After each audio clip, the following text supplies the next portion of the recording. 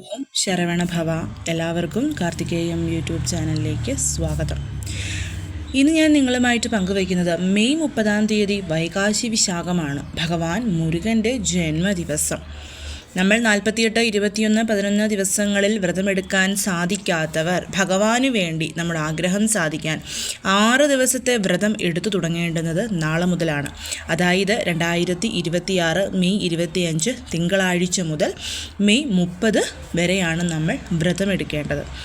ഇന്നത്തെ വീഡിയോയിൽ ഞാൻ പറയുന്നത് അന്നത്തെ ദിവസം നമ്മൾ ചൊല്ലേണ്ടുന്ന മന്ത്രം, അതായത് നാളെ മുതൽ തുടർച്ചയായ 6 ദിവസം ചൊല്ലേണ്ടുന്ന മന്ത്രം, കൊളുത്തേണ്ടുന്ന ദീപം. ഇത് ചെയ്യുമ്പോൾ നമ്മൾ ചെയ്യാൻ പാടില്ലാത്ത ഒരു തെറ്റ് 99% ആൾക്കാർക്കും ഫലം ലഭിക്കാത്തതിന് കാരണം എന്ന് പറയുന്നത് നമ്മൾ ഈ പ്രാർത്ഥനകളും പൂജകളും ഒക്കെ ചെയ്യുമ്പോൾ നടത്തുന്ന തെറ്റുകളാണ്. അതേപോലെ തന്നെ ഇത് ചെയ്യുമ്പോൾ ഒരു സീക്രട്ട് ആയിട്ടുള്ള കാര്യം കൂടിയിട്ടുണ്ട്. അതും കൂടി ചെയ്തെങ്കിലേ നമുക്ക് 100% ആയിട്ടുള്ള ഫലം ലഭിക്കുകയുള്ളൂ. അപ്പം ഇന്നത്തെ വീഡിയോയിൽ ഈ കാര്യങ്ങളാണ് ഞാൻ നിങ്ങളുമായിട്ട് പങ്കുവയ്ക്കുന്നത്. നമുക്ക് വീഡിയോയിലോട്ട് പോകാം. അതിനു മുൻപ് ആദ്യമായിട്ടാണ് നിങ്ങൾ ഈ ചാനൽ കാണുന്നതെന്നുണ്ടെങ്കിൽ ചാനലൊന്ന് സബ്സ്ക്രൈബ് ചെയ്യുവാനും വീഡിയോ മുഴുവനായിട്ട് കണ്ട് ഇഷ്ടപ്പെട്ടാൽ ലൈക്ക് ചെയ്യുവാനും ഷെയർ ചെയ്യുവാനും മറക്കരുത്. നമുക്കറിയാം, വൈകാശി വിശാഖം, ഇടവമാസത്തിലെ വിശാഖം നക്ഷത്രം വരുന്ന ദിവസമാണ് ഭഗവാൻ മുരുകൻ്റെ ജനനം. ഈ പ്രാവശ്യം അധിക മാസം കൂടിയിട്ടാണ്. 3 വർഷത്തിലൊരിക്കൽ വരുന്ന പുരുഷോത്തമ മാസം എന്നറിയപ്പെടുന്ന അധിക മാസത്തിൽ വന്നിരിക്കുന്ന ഈ ഒരു വൈകാശി വിശാഖ ദിവസം. നമുക്ക് വിശാഖം നക്ഷത്രത്തിൻ്റെ ആരംഭം എന്ന് പറയുന്നത് 2026 മെയ് 29 വെള്ളിയാഴ്ച രാവിലെ 10:38 വിശാഖ നക്ഷത്രം അവസാനിക്കുന്നത് ശനിയാഴ്ച മെയ് 30 ഉച്ച കഴിഞ്ഞ് 1:20 കൂടിയിട്ടാണ്. അതുകൊണ്ട് ശനിയാഴ്ചയാണ് നമ്മൾ വൈകാശി വിശാഖ വ്രതം എടുത്ത് ഭഗവാനെ പ്രാർത്ഥിക്കേണ്ടത്. നമ്മൾ 6 ദിവസത്തെ തുടർച്ചയായിട്ടുള്ള വ്രതം നാളെ മുതൽ എടുക്കണം എന്ന് ഞാൻ പറഞ്ഞു. ഇപ്പം 6 ദിവസം തുടർച്ചയായിട്ട് എടുക്കാൻ സാധിക്കാത്തവർക്ക് അവസാനത്തെ ഒരു ദിവസം മെയ് 30 മാത്രമാണെങ്കിലും ഞാൻ ഈ പറയുന്ന രീതിയിൽ വ്രതം എടുക്കാവുന്നതാണ്. 6 ദിവസം തുടർച്ചയായി വ്രതം എടുക്കുന്നവരാണെങ്കിൽ നാളെ മുതൽ സൂര്യൻ ഉദിക്കുന്നതിന് മുൻപുണർന്ന് കുളിച്ച് ഭഗവാൻ മുരുകൻ്റെ ഫോട്ടോ, വിഗ്രഹം, വേലൊക്കെയുള്ളവർ അഭിഷേകം ചെയ്യുന്നവർ, ഞാൻ എപ്പോഴും പറയുന്നത് പോലെ അഭിഷേകം നമ്മൾ കഴിവതും ചെയ്യാൻ ശ്രമിക്കണം. ഇന്ന് വരെ അത് ചെയ്തിട്ടില്ല, ചെയ്യാൻ താല്പര്യമില്ലാത്തവർ ഫോട്ടോയാണെങ്കിലും വിഗ്രഹമാണെങ്കിലും വേലാണെങ്കിലും പനിനീര് കൊണ്ടോ ശുദ്ധമായ ജലം കൊണ്ടോ നല്ല വൃത്തിക്ക് തുടച്ച് ഭഗവാന് മഞ്ഞൾ, കുങ്കുമം, പൊട്ടൊക്കെ വെച്ച് ഭഗവാന് നല്ല പൂക്കൾ, അത് താമരപ്പൂവ്, റോസപ്പൂവ്, മുല്ലപ്പൂവ്, അങ്ങനെയുള്ള എന്ത് പൂക്കളാണെങ്കിലും അതൊക്കെ സമർപ്പിച്ചിട്ട് 2 രീതിയിൽ ദീപം കൊളുത്തുന്ന കാര്യമാണ് ഞാൻ നിങ്ങളുമായിട്ട് പങ്കുവയ്ക്കുന്നത്. അതിലൊന്ന്, നമ്മൾ ഈ 6 ദിവസവും തുടർച്ചയായിട്ട് വെറ്റില ദീപം കൊളുത്തുക. അതായത് ഇപ്പോൾ നാളെ 1ാമത്തെ ദിവസമാണ്, നമ്മൾ 6 വെറ്റില എടുക്കുന്നു. സാധാരണ ചൊവ്വാഴ്ചകളിൽ വെറ്റില ദീപം കൊളുത്തുന്നത് പോലെ ഒരു പാത്രത്തിൽ നമ്മൾ വെറ്റിലകൾ റൗണ്ടായിട്ട് വെച്ചിട്ട് അതിൻ്റെ നടുക്കായിട്ട് നമ്മൾ ഒരു വെറ്റില ദീപം കൊളുത്തുക എന്നുള്ളതാണ്. അതിനുശേഷം പിറ്റേ ദിവസം ചൊവ്വാഴ്ചയാണ് 2ാമത്തെ ദിവസം. അപ്പോൾ അന്ന് നമ്മൾ അതേപോലെ വെറ്റില വെച്ചിട്ട് 2 ദീപങ്ങൾ കൊളുത്തുന്നു. 3ാമത്തെ ദിവസം 3, 4ാമത്തെ ദിവസം 4, അങ്ങനെ വൈകാശി വിശാഖത്തിൻ്റെ അന്ന് നമ്മൾ ഭഗവാന് മുൻപിൽ 6 ദീപങ്ങൾ കൊളുത്തുക എന്നുള്ളത്. ഇനി വെറ്റില കിട്ടാത്തവരുണ്ടെങ്കിൽ അവർക്ക് ഷഡ്കോണം, എല്ലാ ദിവസവും നമ്മൾ പുതിയ ഷഡ്കോണം വരയ്ക്കണം. ഷഡ്കോണം വരച്ച് ശരവണ ഭവ എന്നുള്ള, അപ്പം വെറ്റില ദീപവും ഷഡ്കോണ ദീപവും ഞാൻ സ്ക്രീനിൽ കാണിച്ചിട്ടുണ്ട്. ഷഡ്കോണ ദീപം നമ്മൾ കൊളുത്തുമ്പം ഷായ് എന്നെഴുതിയടുത്ത് 1ാമത്തെ ദിവസം ഒരു ദീപം, രായ എന്നെഴുതിയടുത്ത് 2ാമത്തെ ദിവസം ഷായിലും രായിലും 2 ദീപം, അങ്ങനെ ഓരോ ദിവസവും ഓരോ ദീപം എണ്ണം കൂട്ടി 3ാമത്തെ, 4ാമത്തെ, 5ാമത്തെ, 6ാമത്തെ ദിവസം വരുമ്പം 6 ദീപങ്ങൾ. ഇനി വെറ്റില കിട്ടാനില്ല, ഷഡ്കോണ ദീപം വരയ്ക്കാൻ പറ്റില്ല എന്നൊക്കെയുള്ളവർ ഓരോ ദിവസവും ഓരോ ദീപം മാത്രമായിട്ട് ഭഗവാന് മുൻപിൽ കൊളുത്തി 6ാമത്തെ ദിവസം 6 ദീപങ്ങളും കൊളുത്തുക. ഇതിൽ ഏത് വേണമെങ്കിലും നിങ്ങൾക്ക് എടുക്കാവുന്നതാണ്. ഈ ഓരോ ദിവസവും ഭഗവാന്റെ ഓരോ മുഖത്തെയുമാണ് നമ്മൾ ഓരോ ദീപമായിട്ട് റെപ്രസെൻറ്റ് ചെയ്ത് പോകുന്നത്. അപ്പോൾ 6ാമത്തെ ദിവസം ഭഗവാൻ ആ ശരവണ പൊയ്കയിൽ, ആ താമരയ്ക്ക് മുകളിൽ അറുമുഖനായി ജനിച്ചതുപോലെ നമ്മൾ 6 ദീപങ്ങളാണ് ഭഗവാന് മുൻപിൽ കൊളുത്തുന്നത്. ഓരോ ദിവസവും ഓരോ ദീപം കൊളുത്തുമ്പോഴും ആ ദീപത്തിന് പൂക്കൾ കൊണ്ടൊക്കെ നമുക്ക് അലങ്കരിക്കാവുന്നതാണ്. അതായത് ഒരു ദീപം കൊളുത്തുന്ന ദിവസം ഒരു റോസാപ്പൂ വെക്കാം, 2 ദീപം കൊളുത്തുന്ന ദിവസം 2 റോസാപ്പൂ വെക്കാം. അങ്ങനെ അതൊക്കെ നമ്മുടെ ഇഷ്ടമാണ്. അപ്പോൾ ഏറ്റവും മിനിമലൈസ് ചെയ്ത് പറഞ്ഞു കഴിഞ്ഞാൽ നമ്മൾ ഭഗവാന് മുൻപിൽ ഓരോ ദിവസവും 1, 2, 3, 4 എന്നുള്ള രീതിയിൽ 6 ദിവസവും 6 ദീപങ്ങൾ കൊളുത്തുക എന്നുള്ളത്. അങ്ങനെ നമ്മൾ ദീപം കൊളുത്തുന്ന കാര്യം ഇപ്പോൾ തീരുമാനമായില്ല. പിന്നെ നല്ലെണ്ണ അല്ലെങ്കിൽ നെയ്യ് ഇതിലേതെങ്കിലും ഒന്നൊഴിച്ച് നമുക്ക് ദീപം കൊളുത്താവുന്നതാണ്. ഓരോ ദിവസവും ദീപം കൊളുത്തുമ്പം ദീപത്തിൽ ശിവശക്തിയെ സൂചിപ്പിക്കുന്ന ഏലക്കായും ഗ്രാമ്പുവും ഇടാൻ മറക്കരുത്. അതായത് ഒരു ഏലക്ക ഒരു ഗ്രാമ്പു. ഭഗവാൻ മഹാദേവനോടൊപ്പം പാർവതീദേവിയും ചേർന്നതാണ് നമ്മുടെ മുരുക ഭഗവാൻ. അപ്പം അച്ഛനെയും അമ്മയെയും പ്രാർത്ഥിക്കാതെ നമ്മൾ മുരുകനെ പ്രാർത്ഥിച്ചിട്ട് കാര്യമില്ല. അതുകൊണ്ട് തന്നെ അത് നമ്മൾ തീർച്ചയായിട്ടും ചെയ്യണം.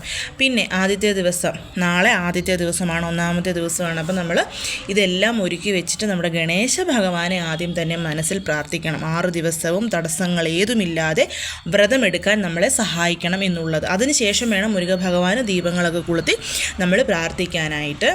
പിന്നെ ഈ 6 ദിവസവും ഭഗവാന് നിവേദ്യം, ഓരോ ദിവസവും ഓരോ നിവേദ്യം വെച്ച് 6-ാമത്തെ ദിവസം 6 നിവേദ്യങ്ങളാക്കാം. അങ്ങനെ അല്ലെങ്കിൽ എല്ലാ ദിവസവും നിങ്ങൾക്ക് തേന് മാത്രമായിട്ട് സമർപ്പിച്ച് 6-ാമത്തെ ദിവസം വൈകാശി വിശാഖത്തിൻ്റെ അന്ന് നമ്മളെക്കൊണ്ട് എന്തൊക്കെ ഭഗവാന് സമർപ്പിക്കാൻ പറ്റുമോ അതൊക്കെ സമർപ്പിക്കാം. ഈ എല്ലാ ദിവസവും തേനും തിനൈമാവും ഭഗവാന് സമർപ്പിക്കാം. അതൊക്കെ അവരവരുടെ ഇഷ്ടമാണ്. നമുക്ക് എന്ത് ഭഗവാന് നിവേദ്യം വെക്കാൻ സാധിക്കുമോ അത് വെക്കാം. ഇതുവരെയായിട്ടും നിവേദ്യമൊന്നും ഞങ്ങൾ വെച്ചിട്ടില്ല എന്ന് പറയുന്നവർ വെക്കണമെന്നുള്ള നിർബന്ധവുമില്ല. അപ്പം ദീപമായി എങ്ങനെയാണ് നമ്മൾ ദീപങ്ങൾ കൊളുത്തേണ്ടതെന്നുള്ളതായി നിവേദ്യമായി. ഇനി അടുത്തത് എങ്ങനെ വ്രതം എടുക്കണം എന്നുള്ളത്. വ്രതം എടുക്കുക എന്ന് പറയുമ്പം ഒരു നേരം മാത്രം അരിയാഹാരം കഴിച്ച് ബാക്കി 2 നേരവും മറ്റെന്തെങ്കിലും ഫുഡ് കഴിച്ചുകൊണ്ടുള്ള വ്രതം, അതാണിക്കും ഏറ്റവും ശ്രേഷ്ഠമായിട്ടുള്ളത്. ഇനി അങ്ങനെ പറ്റില്ല, മെഡിസിൻസ് ഉള്ളവർ, ആരോഗ്യ പ്രശ്നങ്ങളുള്ളവർ, നിങ്ങൾ സാധാരണകൾ വ്രതം എടുക്കുന്നത് എങ്ങനെയാണോ ആ രീതി ഫോളോ ചെയ്യുമ്പോൾ ഇത് ഏറ്റവും മിനിമലൈസ് ആയിട്ടുള്ള രീതിയാണ്. ഒരു നേരം അരിയാഹാരം കഴിച്ച് ബാക്കി 2 നേരം നിങ്ങൾക്ക് ഇഷ്ടമുള്ള ഫുഡ് കഴിക്കാം. നോൺ വെജ് ഒഴിവാക്കണം. മറ്റുള്ളവരോട് വഴക്കുണ്ടാക്കരുത്, കള്ളം പറയരുത്, അങ്ങനെയുള്ള കാര്യങ്ങളൊക്കെ ഒഴിവാക്കുക. ഭഗവാൻ തന്നെ മനസ്സിൽ എപ്പോഴും നിറഞ്ഞു നിൽക്കണം.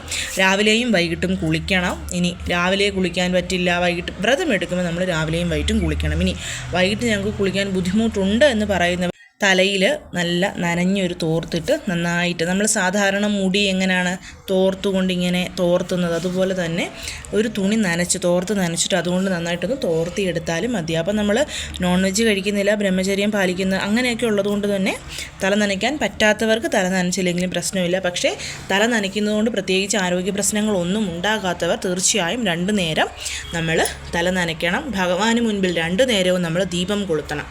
പിന്നെ നാമം, ഞാനിത് നിങ്ങൾക്ക് സ്പെസിഫൈ ആയിട്ടൊരു നാമം പറഞ്ഞു തരുന്നുണ്ട്. ആ നാമത്തിനോടൊപ്പം തന്നെ നിങ്ങൾക്ക് സ്കന്ദഷഷ്ടി കവചം, വേൽമാറൽ, കന്ദഗുരു കവചം, അതേപോലെ തന്നെ കന്ദർ അലങ്കാരം, ശരവണഭവ, ഇങ്ങനെയുള്ള ഏത് മന്ത്രം വേണമെങ്കിലും ജപിക്കാവുന്നതുമാണ്. അപ്പം നമ്മൾ നാളെ രാവിലെ എഴുന്നേറ്റ് കുളിച്ച് ഗണേശ ഭഗവാനെ പ്രാർത്ഥിച്ചതിന് ശേഷം ഭഗവാന് മുൻപിൽ ഒരു ദീപം കൊളുത്തി വെക്കുന്നു. ആദ്യം തന്നെ നമ്മൾ ഓം നമഃശിവായ 3 പ്രാവശ്യം ജപിക്കണം. ഇതാണ് ഈ ഒരു പോയിന്റിലെ സീക്രട്ട് എന്ന് പറയുന്നത്. കാരണം അച്ഛനും അമ്മയും ചേർന്നതാണ് മക്കൾ. അപ്പം ഭഗവാൻ മഹാദേവനെയും ഭഗവാൻ മഹാദേവനോടൊപ്പം പാർവതീദേവിയെയും ഒന്നിച്ച് പ്രാർത്ഥിച്ച് മുരുകനെ പ്രാർത്ഥിക്കുമ്പം അച്ഛനും അമ്മയും വഴി നമുക്ക് ഭഗവാൻ മുരുകനിലോട്ടുള്ള പാത എളുപ്പമായി തീർന്നു കിട്ടുകയും നമ്മുടെ പ്രാർത്ഥനകൾ ഭഗവാൻ പെട്ടെന്ന് കേൾക്കുകയും ചെയ്യും. പിന്നെ ഏറ്റവും ആദ്യം വിഘ്നനാശകനായ ഗണേശനെയും കൂടെ പ്രാർത്ഥിച്ചാൽ തീർച്ചയായിട്ടും നമുക്ക് നല്ല ഫലം ലഭിക്കും. അപ്പം ആദ്യം നമ്മൾ ഓം നമഃശിവായ എന്നുള്ള മന്ത്രം വെറും 3 പ്രാവശ്യം ജപിച്ച് ഭഗവാനെ മനസ്സിൽ കാണണം. അതിനുശേഷം നമ്മൾ ഓം ശക്തി എന്നുള്ളത് 3 പ്രാവശ്യം പറയണം. ഓം നമഃശിവായ ഭഗവാന് വേണ്ടിയും ഓം ശക്തി എന്നുള്ളത് ദേവിക്ക് വേണ്ടി. അപ്പം അങ്ങനെ നമ്മൾ പറഞ്ഞതിന് ശേഷം ഞാൻ ഈ പറയുന്ന മന്ത്രം നിങ്ങൾ 108 പ്രാവശ്യം ജപിക്കണം. ജപിക്കുന്നതിന് മുൻപായിട്ട് നിങ്ങളുടെ ആഗ്രഹം, വേദന, പ്രശ്നങ്ങൾ എന്തായാലും ഭഗവാനോട് പ്രാർത്ഥിക്കണം. എനിക്കിങ്ങനൊരു ആഗ്രഹമുണ്ട് ഭഗവാനെ, ഈ ഒരു ആഗ്രഹം എനിക്കങ്ങ് സാധിച്ചു തരണം എന്ന് സാക്ഷാൽ മുരുക ഭഗവാനോട് പ്രാർത്ഥിക്കുക. മന്ത്രം ഇതാണ്: ആറുമുഖം അരുളിടും അനുദിനവും ഏറുമുഖം. ആറുമുഖം അരുളിടും അനുദിനവും ഏറുമുഖം. ഇതാണ് നമ്മൾ ഭഗവാന് വേണ്ടിയിട്ട് ചൊല്ലേണ്ടുന്ന മന്ത്രം എന്ന് പറയുന്നത്. അപ്പം എല്ലാ ദിവസവും 108 പ്രാവശ്യം നമ്മൾ ജപിക്കണം. ഭഗവാന്റെ ആ 6 മുഖത്തെ മനസ്സിൽ കണ്ടുകൊണ്ട് ജപിക്കണം. എല്ലാ ദിവസവും ജപിക്കുന്നതിന് മുമ്പ് നമഃശിവായ മന്ത്രവും ഓം ശക്തി മന്ത്രവും നമ്മൾ ജപിക്കാനും മറക്കരുത്. വളരെ സ്പീഡിലൊന്നും നമ്മൾ ചൊല്ലരുത്. ഒരു മീഡിയം സ്പീഡിൽ ആറുമുഖം അരുളിടും അനുദിനവും ഏറുമുഖം എന്ന് നമ്മൾ ചൊല്ലുക. ചൊല്ലിയതിന് ശേഷം ഭഗവാനോട് വീണ്ടും നമ്മൾ ആദ്യം പറഞ്ഞ ആഗ്രഹം പറയുക. ധൂപദീപ ആരതിയൊക്കെ എടുക്കുന്നവരാണെങ്കിൽ ഭഗവാന് ധൂപദീപ ആരതി എടുത്ത് നിവേദ്യം സമർപ്പിച്ച് കർപ്പൂര ആരതിയും എടുത്ത് ഭഗവാനെ കൈയെടുത്ത് കുമ്പിടുക. ഈ 6 ദിവസവും വീടിനടുത്തുള്ള മുരുകക്ഷേത്രത്തിൽ പോകാൻ സാധിക്കുമെങ്കിൽ തീർച്ചയായിട്ടും പോകണം. പോയി ഭഗവാനെ കണ്ട് തൊഴുത് നമ്മുടെ ആഗ്രഹം പറഞ്ഞ് നമ്മളാൽ കഴിയുന്ന വഴിപാടുകൾ കൂടിയിട്ട് ഭഗവാന് നമ്മൾ ചെയ്യണം. ഇനി അതിനുള്ള പൈസ കയ്യിലില്ലാത്തവർ ഒരു രൂപ നാണയമെങ്കിലും എല്ലാ ദിവസവും ക്ഷേത്രത്തിൽ പോകുമ്പോൾ ഭഗവാന് സമർപ്പിക്കണം. ഇപ്പം വീടിനടുത്ത് ക്ഷേത്രമില്ല, വൈകാശി വിശാഖത്തിൻ്റെ അന്നേ ക്ഷേത്രത്തിൽ പോകാൻ സാധിക്കുമെന്നുള്ളവർ എല്ലാ ദിവസവും ഒരു രൂപ നാണയം നമ്മുടെ ആഗ്രഹം മനസ്സിൽ പ്രാർത്ഥിച്ചുകൊണ്ടൊരു മഞ്ഞ തുണിയിൽ കെട്ടി ഭഗവാന് മുൻപിൽ വെച്ചേക്കുക. അപ്പം നാളെ നിങ്ങൾ 1 രൂപ വെച്ചു, ചൊവ്വാഴ്ച നിങ്ങൾ വീണ്ടും 1 രൂപ കൂടെ വെക്കുന്നു, ബുധനാഴ്ച, അങ്ങനെ ശനിയാഴ്ച വരെ നമ്മൾ ഓരോ രൂപ വെച്ച് വെക്കുമ്പം 6 രൂപയാകും. അത് വൈകാശി വിശാഖത്തിൻ്റെ അന്ന് ക്ഷേത്രത്തിൽ പോകുമ്പോൾ ഭഗവാൻ ആ ഒരു ക്ഷേത്രത്തിൽ സമർപ്പിക്കുക. ഇപ്പോൾ അബ്രോഡൊക്കെ താമസിക്കുന്നവരാണെന്നുണ്ടെങ്കിൽ നിങ്ങൾക്ക് അന്നത്തെ ദിവസം ഇപ്പം 1 രൂപയൊക്കെ വെച്ച് കഴിഞ്ഞാൽ നിങ്ങൾ എന്നാണ് ഈ നാട്ടിൽ വരുന്നതെന്ന് അറിയില്ല. അപ്പം നാട്ടിൽ വരുമ്പോൾ ഞാൻ എന്നെക്കൊണ്ട് കഴിയുന്നത് ഭഗവാന് തന്നേക്കാം എന്നുള്ളത് മാത്രം മനസ്സിൽ പറഞ്ഞാൽ മതിയാവും. അപ്പം ഇതാണ് നമ്മൾ ചെയ്യേണ്ടുന്ന കാര്യം. ഈ 6 ദിവസവും ഈ 6 ദിവസവും ഭഗവാനെ മാത്രം മനസ്സിൽ സ്മരിച്ച് ഭഗവാനെ മാത്രം പ്രാർത്ഥിച്ചുകൊണ്ട് നമ്മൾ ചെയ്യുന്ന ഈ ഒരു കർമ്മത്തിൻ്റെ ഫലം ഭഗവാൻ നമുക്ക് വളരെ പെട്ടെന്ന് തീർച്ചയായിട്ടും തന്നിരിക്കും. കഴിയുന്നത്ര നമുക്ക് മുരുക എന്നുള്ള നാമം ജപിക്കാം, ശരവണഭവ എന്നുള്ള മന്ത്രം ജപിക്കാം.